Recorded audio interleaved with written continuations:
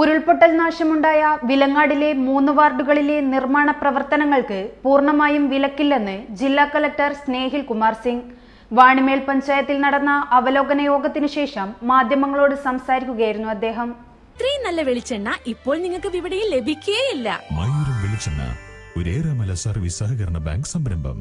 ഉരുൾപൊട്ടൽ പ്രദേശങ്ങളിൽ പ്രവർത്തനങ്ങൾ വിലയിരുത്താനാണ് ജില്ലാ കളക്ടർ എത്തിയത്.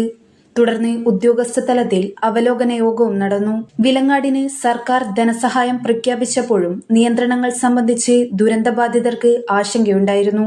ഈ ആശങ്കകളെ മാറ്റുന്നതാണ് കളക്ടറുടെ പ്രഖ്യാപനം.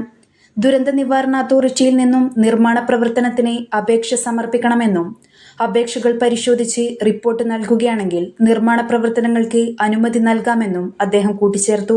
31 കുടുംബങ്ങൾക്ക് 15 ലക്ഷം രൂപ കൈമാറിയതായും 2 കുടുംബത്തിന്റെ തുക സാങ്കേതിക കാരണത്താൽ നൽകിയിട്ടില്ലെന്നും അടുത്ത ദിവസം അത് പൂർത്തിയാക്കുമെന്നും അദ്ദേഹം കൂട്ടിച്ചേർത്തു.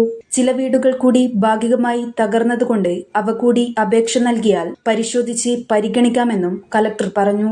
3-4 വാർഡുകളിൽ സുരക്ഷിതമായി താമസിപ്പിക്കാൻ കഴിയുമെന്നത് നോക്കുന്നുണ്ടെന്നും അതിനായി ടെക്നിക്കൽ സൊല്യൂഷൻ ആവശ്യമാണെന്നും NITയുമായി ചർച്ച ചെയ്തതിനു ശേഷം മാത്രമേ പറയാൻ കഴിയുമെന്നും കളക്ടർ കൂട്ടിച്ചേർത്തു. ചില സംശയമായിരുന്നു പബ്ലിക്കിന്.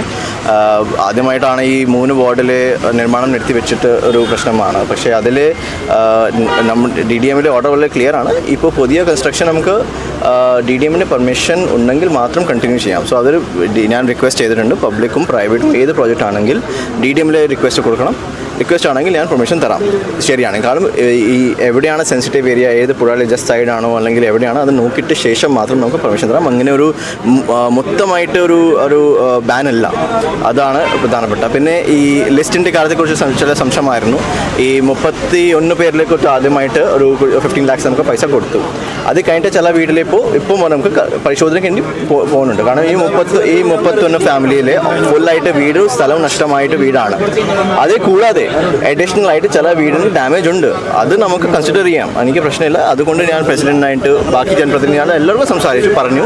നിങ്ങൾ ആ പേരും നമുക്ക് ഇൻക്ലൂഡ് ചെയ്തിട്ട് ഏത് വീടാണ്, ഇപ്പോൾ തെളിച്ചമ്മ ഉണ്ടായിരുന്നു, മേലിലെ ഒരു ചേച്ചി ഉണ്ടായിരുന്നു, അവർക്ക് ഒരു പ്രശ്നമുണ്ടെങ്കിൽ അതിന് നമുക്ക് പരിഹാരം കൊടുക്കാൻ പറ്റുമെങ്കിൽ കൊടുക്കാം. അതിന് പരിശോധന വേണം. എവിടെയാണ് ലൊക്കേഷൻ, എവിടെ വീടാണ്, എത്ര ഡാമേജ് ആണ്, അത് നമുക്ക് നോക്കേണ്ടി വരും. കാരണം ചില വീട്ടിലെ വീട് എല്ലാം ഓക്കെയാണ്, പക്ഷേ അവിടെ പോകാൻ വഴി കുറച്ച് പ്രശ്നമായി.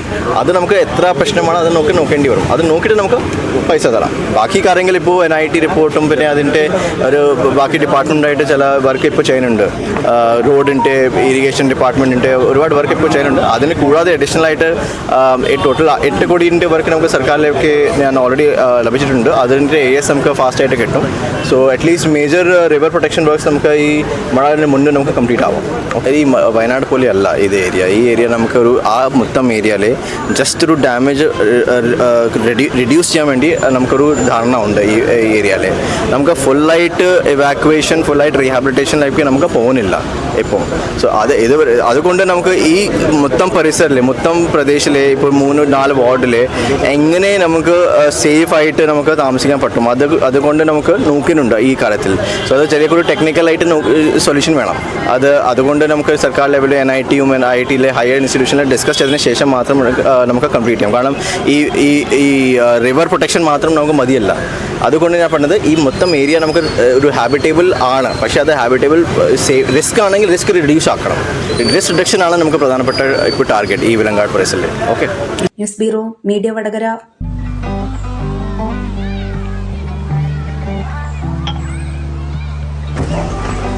എപ്പോ നോക്കിയാലും പിള്ളേർക്ക് ഒരു കളിയേ ഇല്ലു.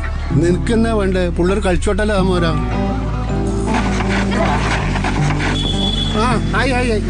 ആരത്?